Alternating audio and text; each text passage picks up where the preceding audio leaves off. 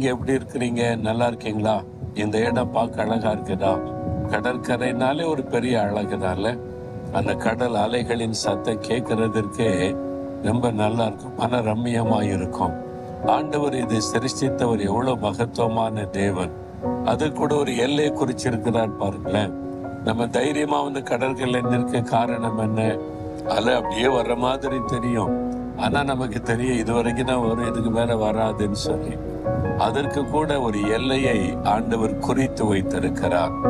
அதுதான் வரும், அதன் பிறகு அது பின்வாங்கி போய்விடும்.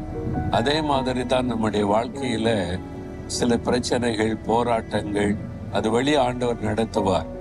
ஒரு எல்லை வரைக்கும் வரும், அதுக்கப்புறம் அது பின்வாங்கிறோம். ஆண்டவர் சொல்லுவார், டோன்ட் டச் மை சில்ட்ரன், என் பிள்ளைகளை தொடாதேன்னு. அது பின்வாங்கி போய்விடும். அப்படிதான் ஆண்டவர் நம்மை நடத்துகிறவர். இந்த நாளில ஆண்டவர் எனக்கு என்ன வார்த்தை வைத்திருக்கிறார் அப்படின்னு நினைக்கிறீங்களா? நம்ம மேல ஆண்டவர் ஒரு நம்பிக்கை வைத்திருக்கிறார். உங்களே என்னை பார்த்துட்டு ஆண்டவர் சொல்றாரு, இவர்களை, இந்த மகனை, இந்த மகளை அவங்க எனக்கு சொந்தம், எனக்கென்று அவளை ஏற்படுத்தி கொண்டேன். எதுக்கு? நான் என் துதியை அவர்கள் சொல்லி வருவார்கள், என்னை மகிமைப்படுத்துவாங்க, என் துதியை மற்றவர்களுக்கு சொல்லுவாங்க, என் எப்பொழுதும் துதித்து கொண்டே இருப்பாங்கன்னு சொல்லி. நம்ம மேல ஆண்டவருக்கு எவ்வளவு நம்பிக்கை பார்த்தீங்களா? அப்போ ஆண்டவருடைய மகத்துவத்தை சொல்லுவதற்கும் அவரை துதித்து மகிழ்வதற்கும் ஆண்டவர் நம்மிடத்தில் எதிர்பார்க்கிறார். அவரை துதிக்கும் போது அவருடைய உள்ள மகிழ்ச்சி அடையும். அவரை குறித்து மற்றவரிடத்துல சொல்லும் போது அவர் இன்னும் சந்தோஷப்படுவார். நான் மேடையில சாட்சி சொல்லி நீங்க பார்த்திருப்பீங்கல்ல நிறைய முறை. நான் இந்த 50 வருஷ கால ஊழிய பாதையில பல ஆயிரம் நேரம் என்னுடைய சாட்சிகளை உலகெல்லாம் சொல்லி இருக்கிறேன். அது மாத்திரம் இல்ல, தனிப்பட்ட முறையில ஆயிரக்கணக்கான பேருக்கு சொல்லுகிற ஸ்லாக்கியத்தை கர்த்தர் தந்தார். என் ஆண்டவர் என்னை நம்புகிறார்ல, என் துதியை என் மகன் சொல்லுவான், என் மகிமையை மற்றவனுக்கு சொல்லுவான் அப்படின்னு சொல்லி. அப்ப நான் ஜெபம் பண்ணுவேன், ஆண்டவர் உம்மை குறித்து மற்றவனுக்கு சொல்லுவதற்கு எனக்கு ஒரு வாய்ப்பை ஏற்படுத்தி தாரும். ஒவ்வொரு முறை அப்படி ஜெபம் செய்வேன். ஒரு சமயம் ஒரு விமானத்திலே நான் பிரயாணப்படுகிற சூழ்நிலை வந்தது. அதுல பிரயாணப்படும் போது என்னுடைய பக்கத்து சீட்டுல டிவியில பிரபலமான ஒரு சகோதரி அமர்ந்தார்கள். அவங்களை பார்த்த உடனே எனக்கு தெரிஞ்சிச்சு அவங்க மீடியாவில் ரொம்ப பிரபலமானவர்கள். பக்கத்துல உட்கார்ந்து சிரிச்சு ஒரு சோத்திர சொன்னாங்க, ஒரு குட் மார்னிங் சொன்னாங்க. நானும் சொல்லி கொண்டேன். நான் மனதில் ஜெபித்த, இவங்களுக்கு நான் உண்மை பற்றி சொல்லணும் ஆண்டவரே, உங்களுடைய அன்பை, உங்களுடைய மகத்துவத்தை உங்களுக்கு சொல்லணும், எனக்கு ஒரு வாய்ப்பை உண்டு பண்ணி தாருங்கன்னு சொல்லி. சும்மா டக்குன்னு பேசிட முடியாதுல்ல. அப்போ விமான பிரயாணம் போய் கொண்டு இருந்தோம். உணவு கொடுத்தார்கள், எல்லாருக்கும் உணவு கொடுத்தார்கள். அப்படி கொடுக்கும்போது நான் சொல்லிட்டு எனக்கு வேண்டாம்னு சொல்லி தண்ணி மாத்திரம் வாங்கி குடித்து கொண்டேன். கேட்டான், ஏன் நீங்க சாப்பிடல அப்படின்னு சொல்லி. அது என்னுடைய உபவாச நாள். நான் வாரந்தோறும் உபவாசிக்கிற குறிப்பிட்ட நாள் எங்க போனாலும் அந்த உபவாசத்தை கூடுமான வரைக்கும் நான் கடைப்பிடிப்பேன். அந்த நேரம் ஜெபம் பண்ணி கொண்டு இருப்பேன். அப்போ ஒரு புஸ்தகத்தை வாசித்து கொண்டு மனதில் ஜெபித்து கொண்டு இருந்தேன். கேட்ட உடனே நீங்க எனக்கு ஃபாஸ்டிங் டே, உபவாசம் பண்ணி ஜெபம் பண்ணுவேன், எதுக்கு ஜெபம் பண்ணுவீங்கன்னு அப்படி கேட்டாங்க.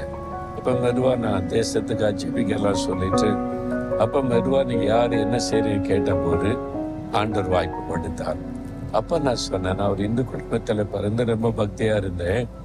ஆனா இயேசு என்னை எப்படி சந்தித்தார், என் மரண படுக்கையில என்னை தேடி எப்படி குணமாக்கி நான் உயிரோடு இருப்பதை இயேசுவால தான் சொன்ன. ரொம்ப கவனமா கேட்டாங்க, ஒவ்வொரு காரியத்தை கவனமா கேட்டு ஒரு அற்புதம். ஆண்டவரே இப்படி சிலரை நேரடியா சந்தித்து இடைப்படுகிறான்னு சொல்லி மகிழ்ச்சி அடைந்தார்கள். அப்ப இயேசுடைய அன்பும் அவருடைய வல்லமையும் அவர்களுக்கு சொல்லப்பட்டது. பாருங்க, நமக்கு சந்தர்ப்பம் கிடைக்கும் பொழுதெல்லாம் இந்த இயேசுவின் அன்பை மற்றவர்களுக்கு நம்ம சொல்லணும் என்பதுதான் தேவனுடைய எதிர்பார்ப்பு. ஏன்னா நீங்க அவருடைய ஜனம். இந்த ஜனத்தை நான் எனக்கென்று ஏற்படுத்தினேன், மகிமையை என்னுடைய துதியை சொல்லி வருவார்கள் ஆண்டவர் சொல்றாருல. அப்போ நீங்க அதுக்காக வாஞ்சிக்கணும். ஆண்டவர் உங்களுக்கு செய்த நன்மையில ஒரு சின்ன காரியத்தை 2 நிமிஷத்துல சொல்லிட முடியும். அப்போ நமக்கு வாய்ப்பு கிடைக்கும் பொழுதெல்லாம் இந்த இயேசு எனக்கு என்ன செய்தார் என்பதை மற்றவர்களுக்கு சொல்லி அவர் எப்படிப்பட்டவர் என்பதை தெரியப்படுத்தணும்னா ஆண்டவர் நம்மை குறித்த மகிழ்ச்சி அடைந்து நம்மை ஆசீர்வதிப்பார். அதனால நீங்க கூட இன்றைக்கு யாருக்காவது ஒருத்தருக்கு இயேசு உங்களுக்கு செய்த நன்மை சொல்லுவீங்களா? உங்க ஜெபத்துக்கு பதில் கொடுத்தார்ல, உங்க மேல உள்ள அன்பை வெளிப்படுத்தினார்ல, அதை சொல்லுங்க. இது மாதிரி இயேசு எனக்கு செய்தார், உங்களுக்கு செய்வார், உங்களுக்காக நான் பிரார்த்தனை பண்ண சொல்லுங்க. எவ்வளவு பெரிய சந்தோஷம் தெரியுமா?